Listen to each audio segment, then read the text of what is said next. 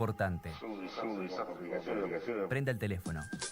Así me puedo acercar a saludarlos y... Abra el Play Store de Google, tipee en el cuadro de búsqueda Radio Caput, Caput con C. No desesperes, es la única que hay. Toque el botón instalar y espere unos instantes. La aplicación de Radio Caput ha sido instalada exitosamente. Busque el icono en su celular. Los quiero mucho, los aprecio, los admiro mucho, lo que hacen, los felicito. Y podrá escuchar la única y irreemplazable programación de Radio Caput. Sería un placer para mí, realmente. Radio Caput. Radiocaput.com. Estás conectado. Estás en Caput.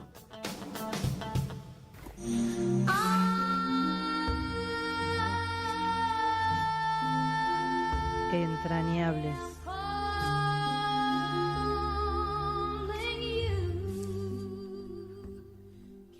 Hola, mi nombre es Martín García.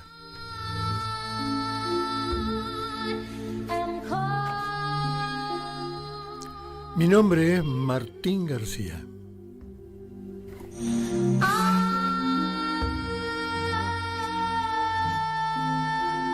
Entrañables. Hoy hemos invitado para acompañarnos al profesor Francisco Pancho Pestana, director de planificación de la Universidad Nacional de Lanús, uno de los más conocedores de toda la organización cultural del peronismo. Recuerdo algunos artículos contando todas las lecturas de Perón antes de llegar a conducir los destinos de la patria. Y además los cursos de capacitación sobre peronismo que se organizaron desde la universidad, ¿no? Pancho, bienvenido. Hola, ¿qué tal, Martín? Muchas gracias por la invitación. Muy contento de verte, aparte. Te has convertido en un especialista en peronismo. ¿Qué sé yo? Si dicen que es tan dificultoso entender el peronismo en la mayoría de las universidades del planeta, bueno, por lo menos contribuir a desentrañar esa... Viste que todavía no hubo... Es muy común encontrarte a los docentes o profesores de otras universidades, sobre todo las europeas, pero también latinoamericanas, que, digamos, te piden explicación qué es el peronismo porque es como un fenómeno incomprensible. Bueno, un lindo laburo. Bueno, agreguemos que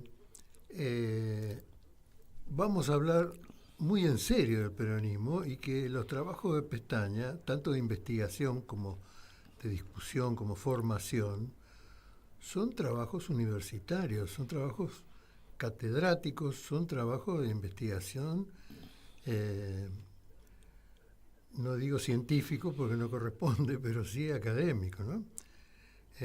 Digo esto para que no crean que hacemos un programa para hablar gilada, digamos. Estamos metiéndonos en el sustrato de un acontecimiento poco explicable, como bien decía Pancho, de la existencia de un movimiento que hace 70 años funciona, que su líder hace más de 50 años que no está con su pueblo, y que ha conducido varias veces los destinos del país con mayor y menor suerte, pero que nunca ha desaparecido del corazón del pueblo argentino. Digamos corazón no como una cuestión de bailanta, sí, o ni de ópera tampoco, sino porque constituye una mirada de la humanidad. Y ese es el punto que se expresa en un artículo que presentó Francisco Pestaña hace unos días, hecho en colaboración con otro catedrático, Pablo Núñez Cortés.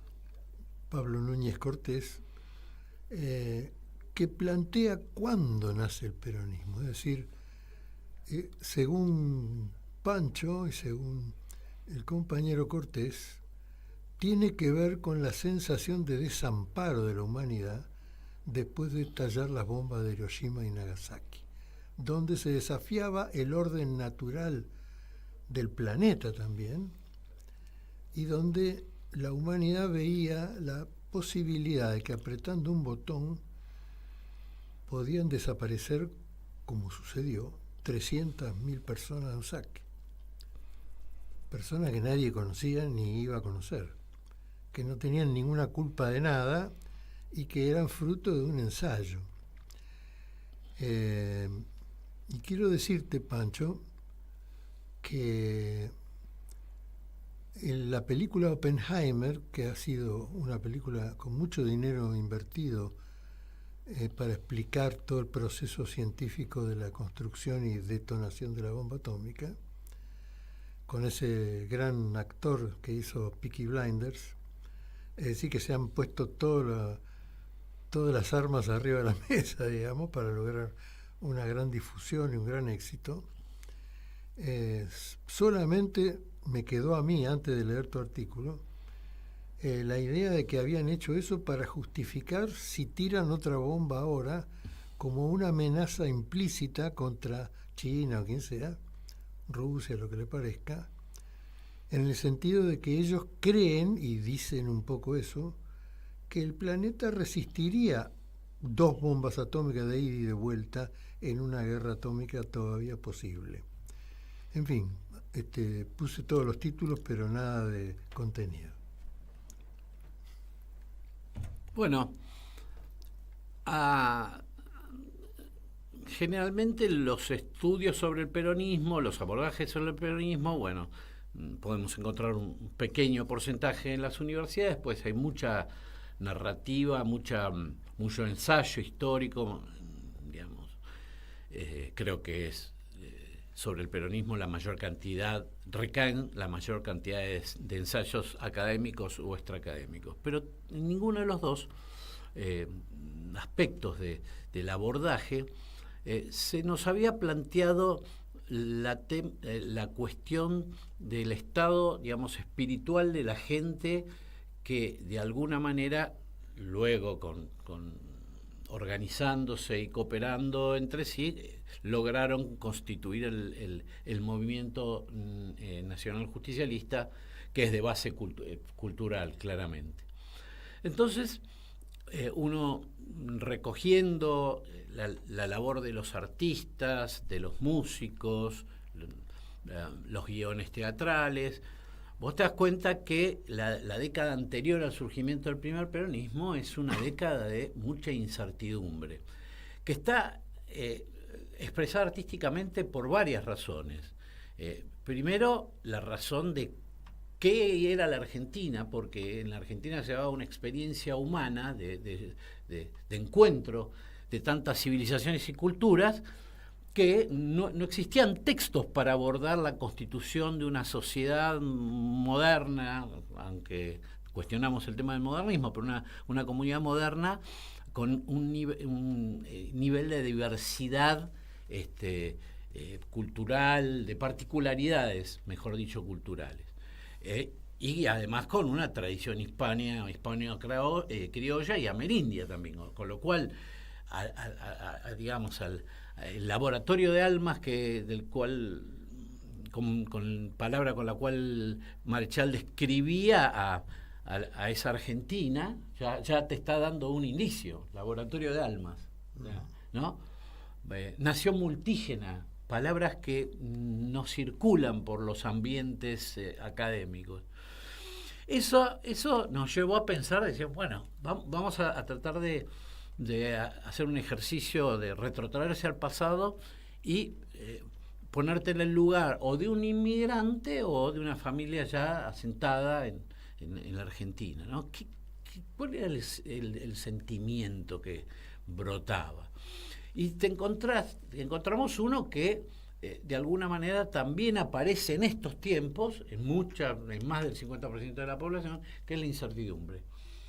Es decir, los seres humanos nos fuimos conformando como especie, y por alguna razón que todavía no determinada, nosotros queremos asignarle o necesitamos asignarle un sentido a la vida, tanto individual como colectiva, ¿no? Déjame hacer un raconto de lo que acabas de decir sobre lo multígeno. Están los inmigrantes polacos, turcos, italianos, en fin, toda una melange de orígenes corriendo de distintas guerras y también de distintas hambrunas que vienen aquí para ver si pueden sobrevivir. Tenemos todo el panorama de la raza, digamos, americana, los indígenas del territorio argentino, más los bolivianos, más, digamos, distintos grupos étnicos que se convierten en peones, en trabajadores, en agricultores, en fin. Y por otro lado, toda la fanfarria de la publicidad de las grandes urbes o de los grandes países como Estados Unidos, como Canadá, como Gran Bretaña, qué sé yo, que establecen una especie de propaganda cultural y étnica de sus realidades con intenciones de agradarnos y también de colonizarnos, ¿no? Exacto. Pero ¿qué estaba sucediendo acá? Una experiencia sociológico-antropológica única casi en la historia de la humanidad, que intenta ser descripta primero por los artistas y después por quienes la abordaban intelectualmente a través de ensayos en esa época. La cuestión, así un académico importante que se pregunta y se hace el gran interrogante, es el mismo Vasconcelos, que era ministro mexicano, que en uno de sus prólogos a sus textos, mira qué sucederá ahí, qué cosa rara que lo que, ¿no? Bueno, pero era la incertidumbre. Así que de México Vasconcelos miraba claramente, Vasconcelos observaba ya en esos tiempos con asombro, y además lo planteaba como un interrogante, si esa conjunción de tantas etnias y tantas culturas podían prosperar en un mundo que de alguna manera tensionaba para que justamente no existiera esa posibilidad colaborativa entre las distintas etnias, las distintas culturas, ¿no? Bueno, también un pensamiento hijo de la Guerra Mundial. Hijo de la Guerra Mundial. La primera y la segunda. Hijo de la Guerra Mundial. Bueno, entonces, la incertidumbre, una de las incertidumbres que giraba más fuertemente era si la energía atómica prosperaba, como de hecho prosperó, y en el 45 se materializó con Hiroshima y Nagasaki. Imagínate vos transportarte esa época y decís, bueno, esto ya está. O sea, con este poderío, digamos, nuestra especie ya tiene una amenaza concreta de extinción masiva, por ejemplo, para ponerle una terminología de lo que se pensaba. Entonces, obviamente, sumale al genocidio, que son las dos guerras europeas, a la aparición de esta cuestión tecnológica que amenazaba destruir el mundo, ¿qué es lo que podés sentir? Incertidumbre. Ya, ese sentido que es necesario para transitar tu vida, tanto política como social, como vida, no lo tenés, o por lo menos en su aspecto colectivo como especie. Entonces, eso genera un estado de incertidumbre infernal y una sensibilidad y un humanismo como respuesta a eso. Por eso uno podría decir que gran parte de nuestros poetas de la época, hombres y mujeres, narradores, gente que se dedicaba a la literatura, tiene ese espíritu tan diferente al que se expresaba a los tiros en Europa. Es decir, vos te das cuenta ahí cómo se fue conformando un espíritu muy particular que concluye en un movimiento político que dice, no, nosotros somos una filosofía, somos una teoría, somos una doctrina. Es decir, no es que somos un movimiento espontáneo que surge a partir de un líder providencial que... No, como siempre decimos, el Perón fue el que creó el peronismo, creó a Perón. Entonces, esa argamasa... El peronismo creó a Perón. Claro, hay un peronismo antes que Perón emergiera como Perón. Porque si no es inexplicable, no solamente, digamos, vos fíjate que desde el 17 de octubre del 45 hasta que Perón asume las elecciones en el 46 transcurre un año y medio. ¿De dónde sacó toda esa masa crítica de preparación, tanto en la gestión como en la planificación, etcétera, etcétera, etcétera? Si no eso no hubiera sido producto de un trabajo, por ejemplo, el que hicieron los forjistas, ¿no?, que fueron base de los planes que después el justicialismo aplicó en la provincia de Buenos Aires. El chalecito, la casa de los niños, ¿no? Todo ya estaba... La ciudad de los niños. La ciudad de los niños, ¿no? Eso que vino a ver Walt Disney, porque exactamente, que le llamaron la atención. Donde nace Disneylandia, ¿no? Gracias. Pero a nosotros nos interesó mucho la cuestión de la incertidumbre, pero no solo como un viaje hacia el pasado, sino una mirada hacia el presente.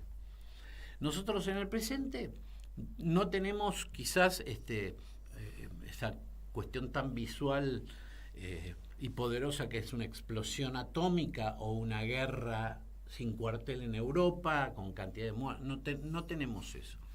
No tenemos, pero tenemos una tecnología que supera el poder de eso y no la estamos viendo, que es la teoría, o sea, desde que las computadoras pasaron de ser simplemente menos herramientas de cálculo a partir de la construcción de las redes neuronales, la inteligencia artificial avanzó en forma aceleradísima y según los tecnólogos y los más importantes representantes de este mundo, estamos a 2-3 años de crear una primera inteligencia generativa con capacidad no solamente de razonar, porque la tiene cierta lógica racional, sino capaz de tener sus propias perspectivas, es decir, algo parecido a una conciencia.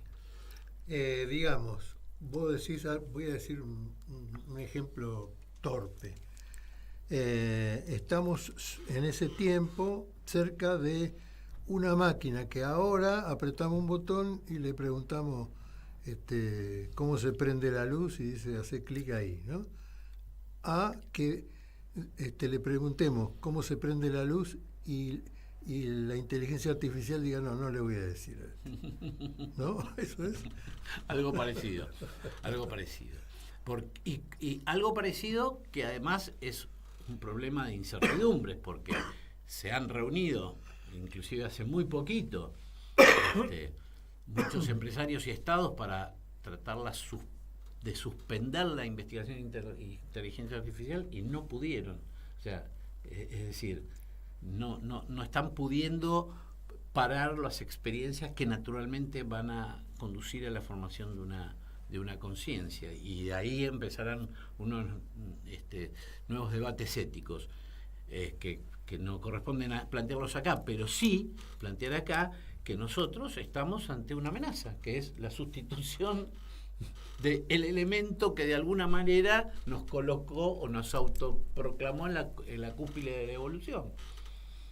El razonamiento de avance y al mismo tiempo de cuidado, digamos. Y eso lo estamos percibiendo porque vos mismo lo estás percibiendo, aunque no te interese el tema, pero sé que te interesa por el tema de la comunicación, ves las formas en que se han constituido las redes sociales, los sesgos a partir de los cuales se constituyeron las inteligencias artificiales y otros aspectos, y te das cuenta que es día a día, hora a hora, minuto a minuto. Eso me guardo para mí ante una crítica de la inteligencia artificial de cómo hago un programa, o un programa brillante hecho mucho mejor que lo que hago yo por la inteligencia artificial, me guardo esa expresión de mándaselo voy, anda la puta madre que te parió. Laburá vos. Bueno, y eso en realidad, digamos, el avance de la inteligencia artificial genera una incertidumbre por la capacidad que tiene de llegar a pensar por sí misma, digamos, la inteligencia. Con lo cual nos encontramos con un sujeto que no sabemos cuál es su calaña, cuáles son sus intenciones. Y al mismo tiempo, lo de Oppenheimer nos vuelve a poner al borde de, bueno, y según lo que está diciendo esa película, aguantaría que tiren otra bomba atómica y le contesten con otra bomba atómica, mueran 10 millones de personas y no pase nada, digamos. Pero todos estemos bajo ese régimen, ¿no? Portate bien, no te tiro una bomba atómica, ¿no? Eso sería volver a repetir la situación de deshumanización, ¿no? Que había cuando surge el movimiento peronista como un movimiento humanista, digamos, de claro, preservación, digamos. Porque la mayor parte de la mirada estaba puesta en la deshumanización europea. Y justamente muchos de los inmigrantes que vinieron acá, más allá de haber migrado muchos por la pobreza o algunos por la persecución, muchos también por la incertidumbre que les daba seguir el destino de Europa. Europa sufre 2 guerras tremendas que se pelean no en campos de batalla, sino que se pelean en las ciudades. Entonces es también un cambio en lo que era la guerra tradicional, sobre todo la Primera Guerra Mundial. Así que te imaginás que cómo la Argentina fue de alguna manera un caldo de cultivo a la esperanza.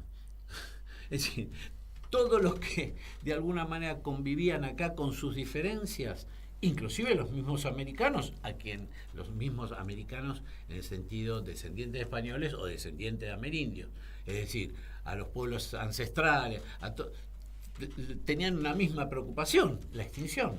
Entonces, la posible extinción, que aparte era un diálogo, digamos, común y cotidiano. Y entonces de esta nación multígena, por eso cobra tan importante la obra de Scalabrini Ortiz, surge un espíritu que dice, no, esto no lo queremos, ¿no? ¿Entendés? Nosotros queremos vivir en paz, queremos y de hecho vivíamos en paz desde antes de la guerra, por lo menos en una paz, digamos, en desigual, lo que refiere, pero... Sí, no, desigual, y en lo que refiere a que no había grandes choques entre comunidades. La desigualdad la planteaba un Estado que pasó a ser oligárquico a mixto. Después hay que acordarse que todo el periodo irigoyenista, ¿no? Ahora, en realidad el peronismo abraza el humanismo, ¿no? Es un humanismo militante, digamos. Sí, ¿no? Sí. Que tengan la casa, que tengan trabajo, que tengan educación, que tengan vacaciones, que tengan ropa, que tengan remedios, que tengan salud, que tengan... es un humanismo militante, digamos. Acá hay que conseguir frenarlo a partir de la humanización, digamos, activa, no una humanización pasiva de planes sociales, sino una participación de toda la comunidad para construir algo que sea una vida feliz, digamos. Marichal, también, que es un hombre extraordinario, quizás el más grande escritor que brindó la Argentina. Hoy podría estar tocando con Borges, aparte en algún momento fueron amigos, pero él, fíjate la percepción de este escritor, ¿qué es lo que vio durante esa vida? Él estuvo ahí. La transmutación, digamos, de una masa numeral a un pueblo esencial. A ver. La transmutación de una masa numeral, de números, de individuos. Sí, incluso anónima, digamos. Anónima, multiforme. A un pueblo esencial. A un pueblo que esencial. tenía un objetivo. Un pueblo que una tarea. Se reconoce a sí mismo, se reconoce en su misión y se reconoce además como propuesta universal, porque la comunidad organizada es una propuesta civilizatoria universal. Vos fíjate lo que surge de la Argentina solamente en un tema que es la incertidumbre compartida. Y cómo la incertidumbre, como lo más interesante de esto, que un movimiento que surgió de la incertidumbre debería conocerla bien a la incertidumbre como para neutralizarla. Y lo hizo, porque el peronismo, a la incertidumbre de los bombardeos y después de su separación del gobierno, ya tenía construido un ethos, un espíritu que de alguna manera lo conducía a la vuelta del peronismo o de otra cuestión que se parecía al peronismo, pero la vuelta del líder. O sea que en cierto sentido eso había ese comulgar, esa comunión previa al peronismo tenía algunas cuestiones que eran innegociables. Es como que habrán dicho, bueno, sobre la justicia social, sobre la independencia económica, sobre la soberanía política, sobre la comunidad organizada, nosotros queremos vivir de esta forma todos, porque era absolutamente integradora. No, o sea, yo creo que en algún punto uno podría decir que se formó en aquellos tiempos en la Argentina lo que se suele denominar paradigma civilizacional, es decir, un modelo de civilización. Nosotros siempre pedimos a nuestros entrevistados que nos traigan su música entrañable. Vamos a escuchar cualquiera de las dos.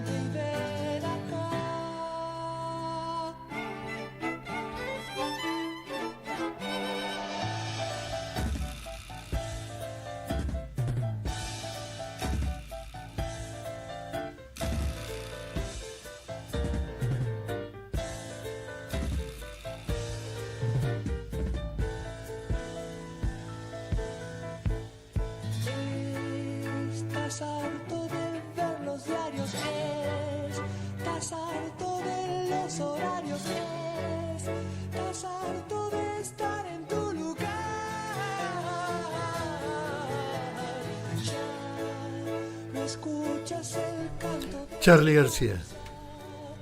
No sueñas con ver lindos lugares para descansar una eternidad.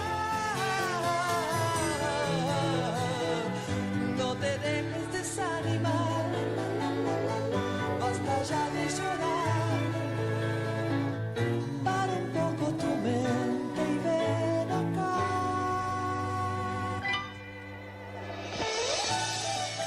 No te dejes desanimar.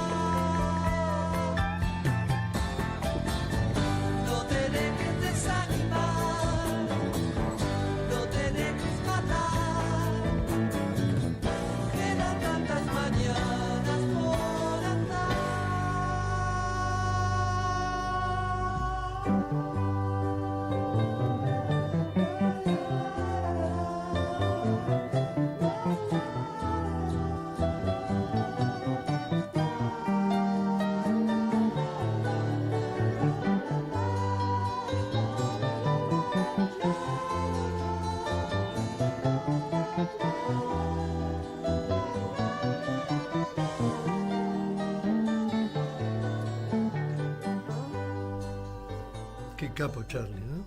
Sí, realmente un artista extraordinario, sublime.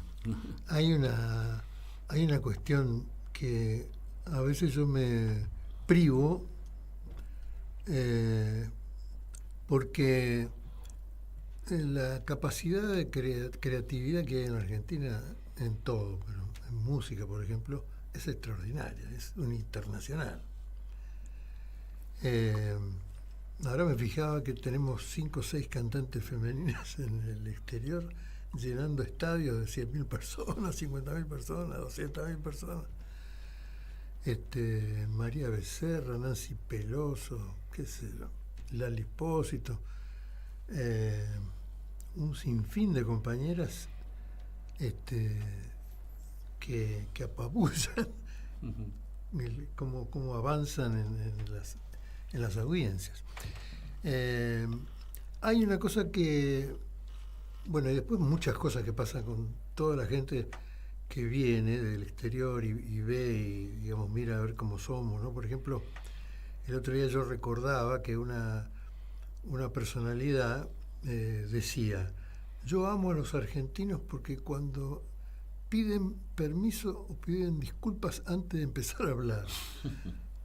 Claro, porque uno hace eso, ¿no? Dice, discúlpeme, ¿no sabe dónde queda la calle tal? O, perdone la molestia, ¿no sabe si el colectivo 110 para acá? ¿No?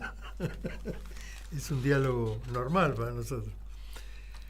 Ahora, respecto de lo que decías como respuesta a la incertidumbre y yo diría también al temor, ¿no? de desaparición, digamos, del planeta, de la humanidad. El peronismo hace una cosa que yo le explicaba a alguna gente, de que no es que el peronismo sea un partido político, digamos, no, nada que ver. El Perón le organiza la vida, es decir, respecto de la certidumbre y la incertidumbre, la respuesta de certidumbre que da Perón es que te organiza la vida, es decir, te capacita, te lleva a la escuela, te hace el campeonato de Evita para saber si tenés algún problema de salud cuando tenés 10 años, 9 años. Te arma el Ministerio de la Salud para que tu salud esté cuidada. Te organiza la educación con salida laboral para que tengas un trabajo cuando salgas de la capacitación. Te pone la universidad gratis para que estudies lo que se te dé la gana. Miles y miles de personas que nunca en su vida habían ido a la universidad, ni habían pensado que podían ir, de golpe lo podían hacer. Te organizan el trabajo, los derechos laborales, ¿no? Si el tipo te quiere rajar, no te puede rajar así nomás, te tiene que explicar, justificar, y además te tiene que pagar una indemnización. Te paga 12 meses y, como decía Borges, tiene un problema matemático el peronismo, porque trabajas 12 meses y te paga 13 meses. Bueno, era lo que Perón consideraba un plus. Casi el artículo que dice que debería haber distribución de la riqueza en la liquidación, en la última Constitución del 94, que nunca se aplicó, pero que está ahí. En el caso del peronismo se aplicó. Y los derechos laborales fueron fundamentales porque él construyó la organización política con los sindicatos, que estaban prohibidos en esa época. Eran como guerrilleros para la sociedad de ese momento. Y por otro lado, organiza el cine, organiza el teatro, organiza las bandas musicales, organiza los festivales, organiza los clubes de barrio para que los pibes estén contenidos y no vayan a la droga ni al robo, ¿no? Y las familias se juntaban el sábado a bailar tango, jazz y tropical, y los chicos se conocían, uno porque jugaban al básquet y las chicas porque hacían patín. Es decir, organiza la jubilación, las cajas de jubilaciones, es decir, organiza la vida de la gente, las vacaciones, arma el chapalmalar, que la gente va de vacaciones, que tiene 4 comidas, ¿no? Desayuno, almuerzo, merienda y cena, todo pago en las vacaciones. y la gente adquiere otro estatus, ¿no? Que era lo que no se bancaban, digamos, las clases superiores, que cualquier con origen o migrante o de los pueblos originarios iba a los mismos lugares que ellos. Ese fue el gran tema de Mar del Plata, que generó todo un resentimiento de la clase alta. Pero digamos, Perón organiza la vida, digamos. Y eso es una construcción extraordinaria si uno piensa que antes no existía, digamos, ¿no? Y sí. Es una certidumbre, digamos, por todos lados. Ahí está, ahí es lo que se llama transmutación, es decir, lo que Marechal llama transmutación. Pero sí, yo te digo siempre, Perón organiza, o sea, contribuye a fortalecer lo que ya se venía organizando. Es decir, porque si no parecería que aparece la figura de Perón y todo automáticamente, como si fuera un imán, se atrae hacia una forma de organización. No, lo que Perón se da cuenta, que es un hecho mucho más inteligente, es que en nuestro país, por distintas circunstancias, había una capacidad de autoorganización humana, en mutuales, en clubes, en decir, en las instancias de la segunda parte de la socialización, es decir, obviamente la familia, después el entorno, después la escuela, etcétera, ¿no? Y entonces, lo que para mí detecta Perón y el equipo de filósofos, porque generalmente lo ponemos a Perón como si estuviera muy solo, y siempre estuvo, porque una persona sumamente interesada por estar actualizada de todos los avances científicos en ciencias sociales, etcétera, etcétera. Por eso desarrolla buenas políticas, porque él sabe a dónde ir. No es que alguien le acercó al oído una idea, aunque le han acercado, sí, algunas muy importantes. Pero lo que se da cuenta es Argentina tiene una gran capacidad de autoorganización, se organizan, hacen mutual. Bueno, eso que hay que ayudarlos, decía, porque tarde o temprano muchas veces hay que evitar que se destrocen las autoorganizaciones humanas. Entonces, ¿qué es lo que hace? Lo fomenta desde el Estado, lo promueve desde el Estado, las ayuda. Pero las ayuda ¿hasta cuándo? Hasta que empiecen a caminar. Es decir, ayuda, por ejemplo, te arma un club, ahí donde hay un club de hecho, te armaba un club con una infraestructura. Y después ese grupo es el que tenía que hacerse cargo del club, ya no el Estado. Y el Estado tenía un veedor para que, digamos, ¿no?, se cumplieran los objetivos.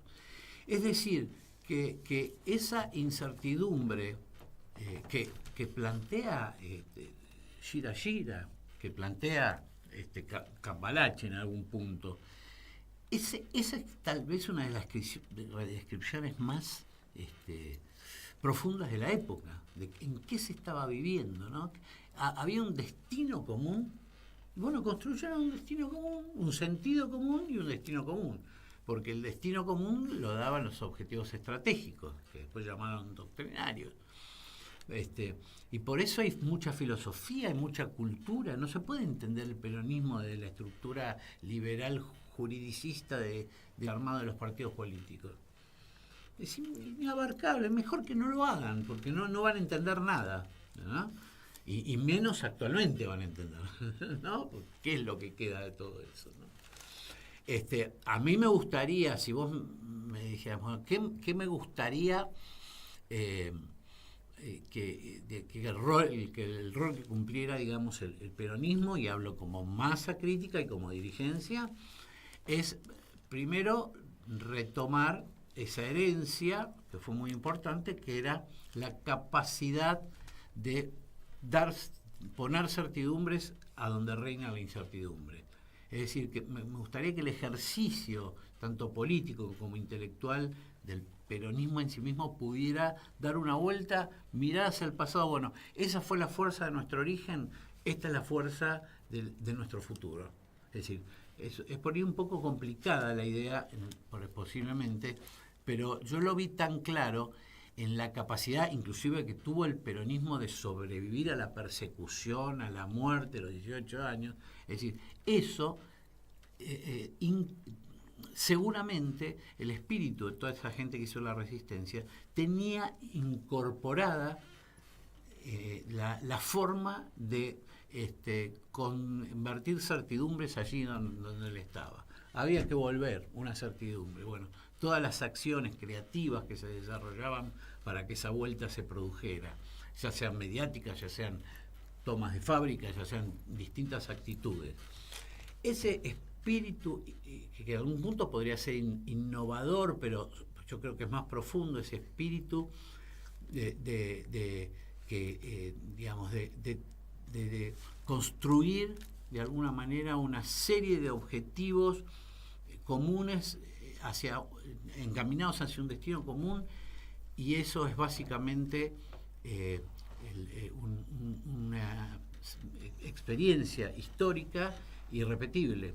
Es decir, es tal vez el único movimiento que se movió a nivel masivo, para poder darle certidumbres a una vida colectiva cuando antes no las tenía.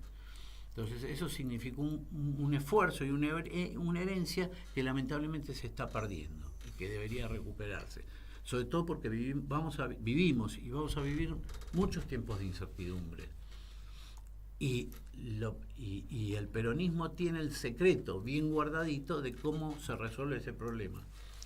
Esa figura que acaba de decir la estaba viendo ya mientras terminaba de expresarte, de la señora que había guardado debajo de una baldosa por la revolución del 55, donde estaba prohibido decir Perón, peronismo, Evita, todo eso, cantar la marcha, escribir Perón vence, que guardaba debajo de una baldosa el libro La razón de mi vida, de Evita.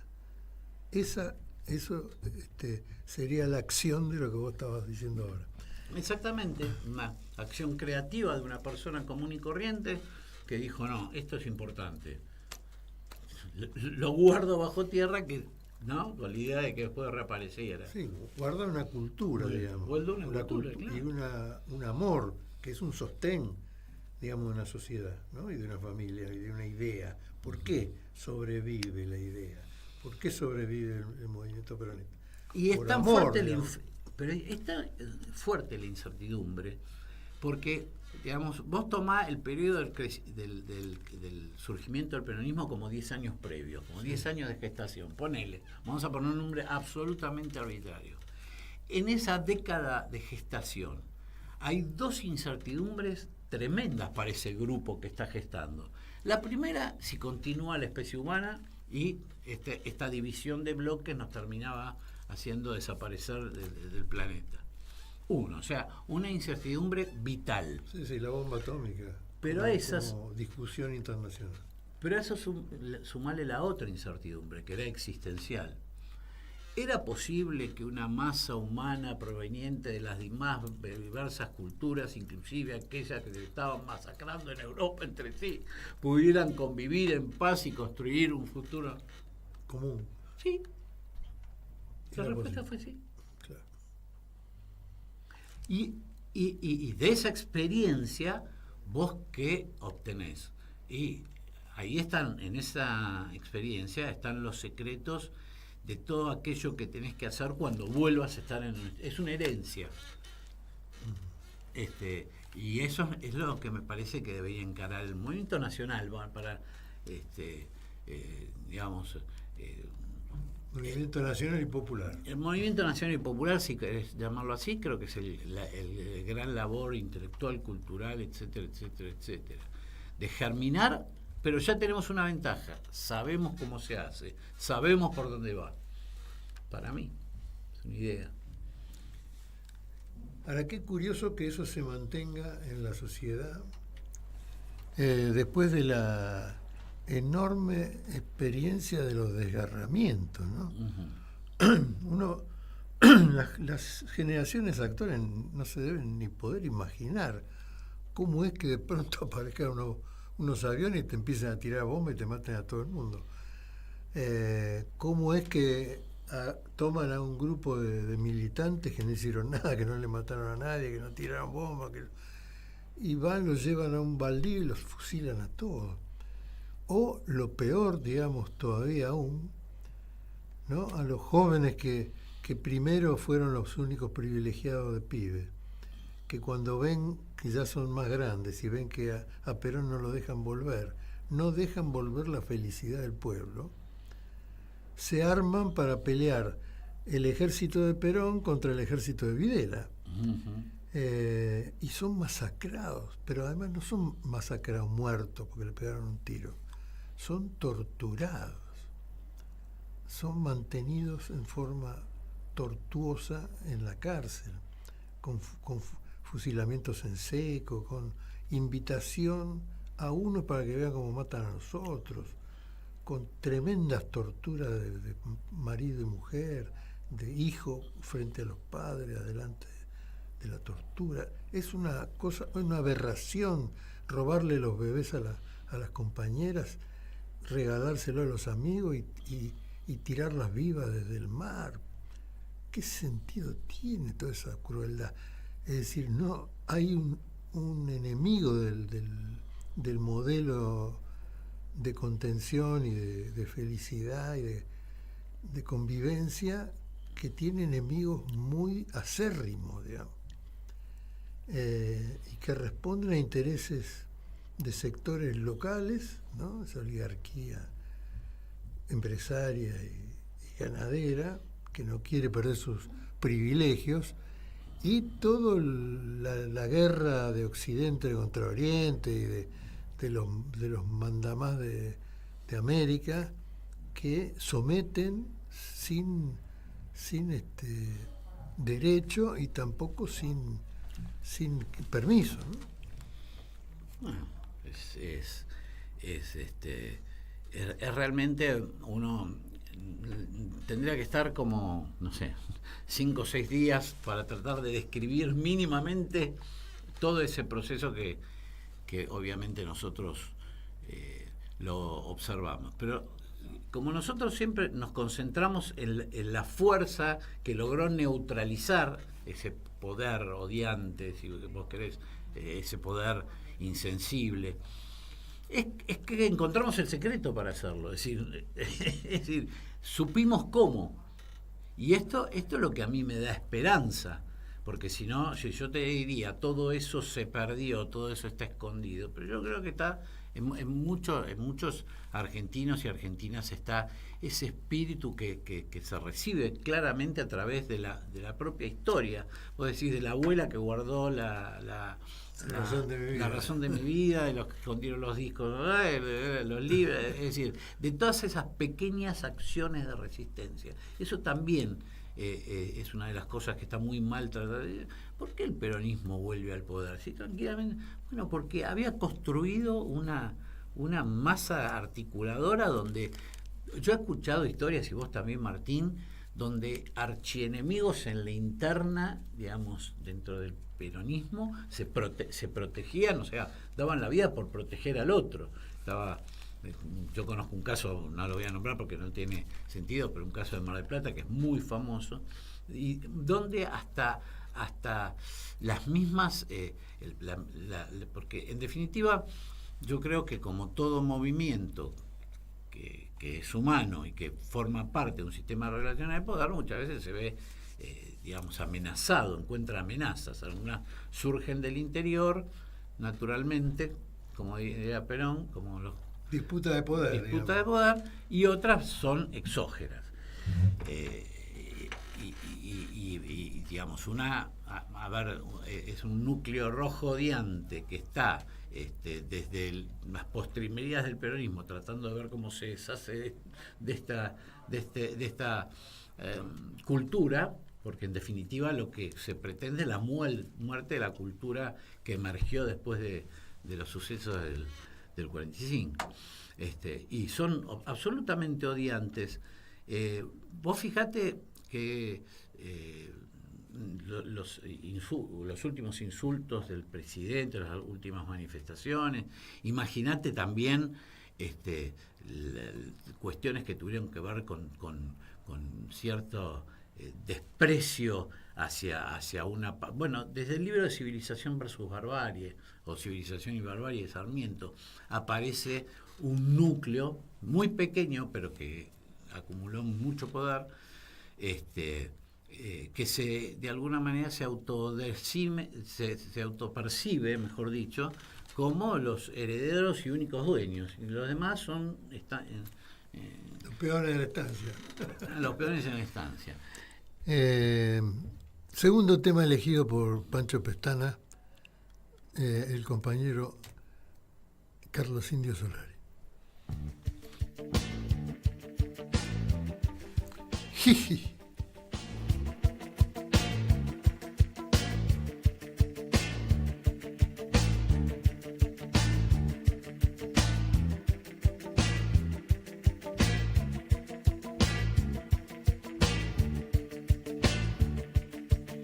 En este fin velado, en blanca noche, el hijo tenaz de tu enemigo, el muy verdugo cena distinguido. Una noche de cristal que se hace añicos. No lo soñé. Se enderezó y brindo a tu suerte. No lo soñé. Y se ofreció mejor que nunca.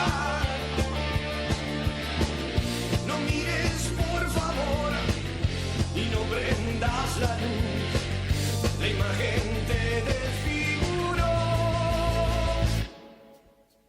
Este fin da una imagen exquisita. Esos chicos son como bombas pequeñitas. El peor camino a la cueva del perico.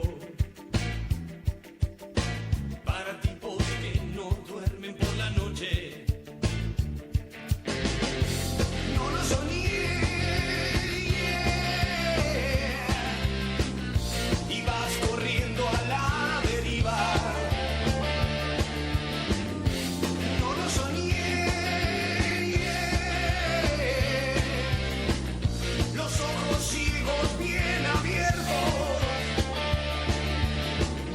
No mires por favor y no prendas la luz. La imagen te desfiguró.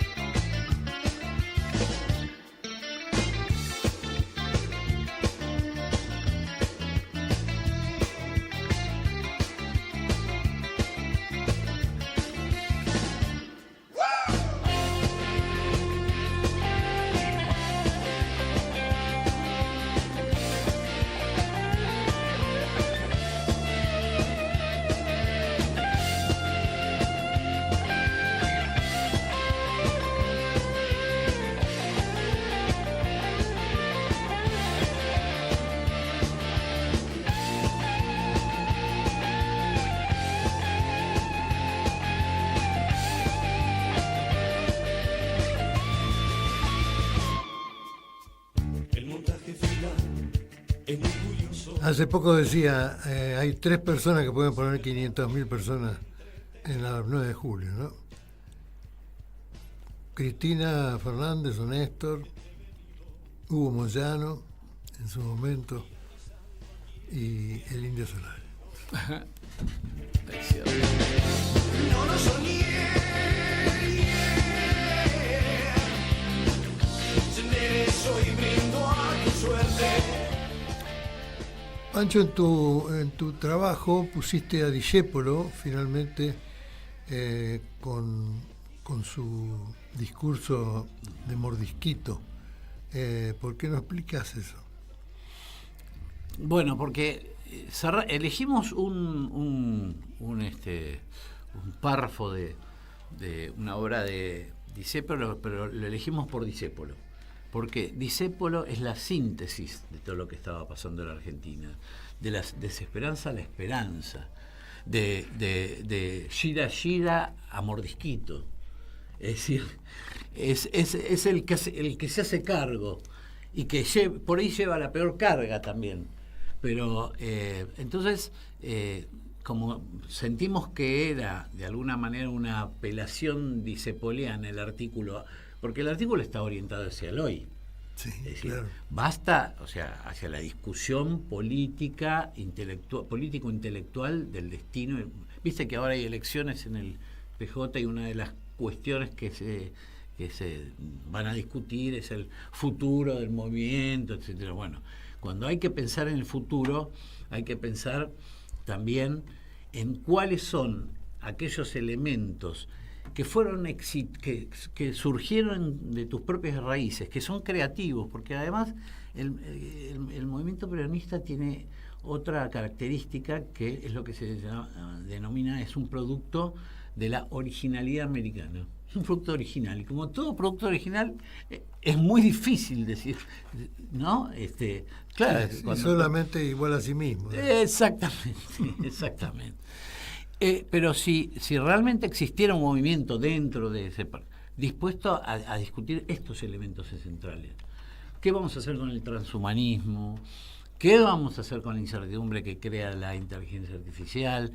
¿Qué vamos a hacer con incertidumbres que generan los cambios geopolíticos y la amenaza nuclear reactualizada?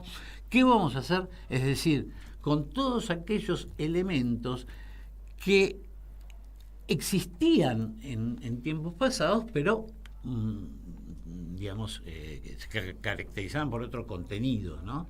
La finitud, la inviabilidad, era en el caso del peronismo de los 30 y pico, y ahora tiene que ver con un debate muy existencial.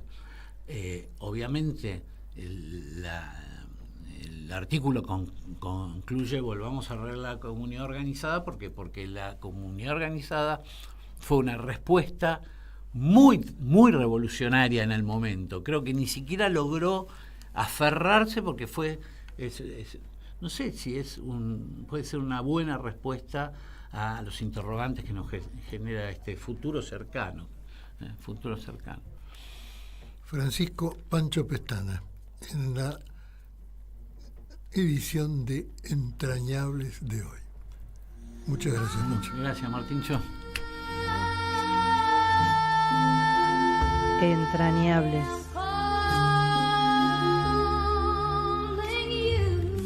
Nos vemos el martes que viene. Gracias.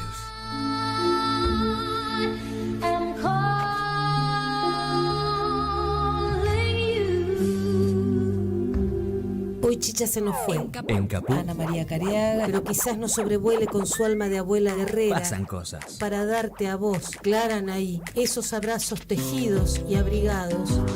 El zapabón. Decir que es merecido es poquito, no hay palabras para describir a Chicha.